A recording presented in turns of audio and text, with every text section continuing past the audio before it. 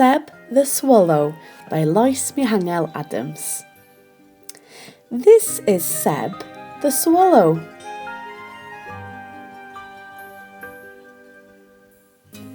Seb likes to fly and soar and whirl with his friends.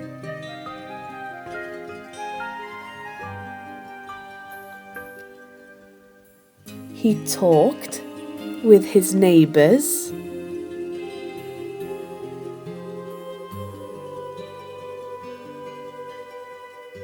but he would avoid the kite.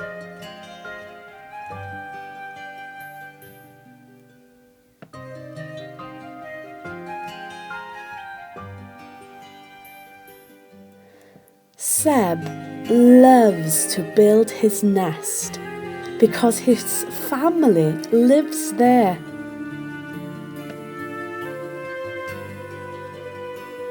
And it's right above the Adams family's front door.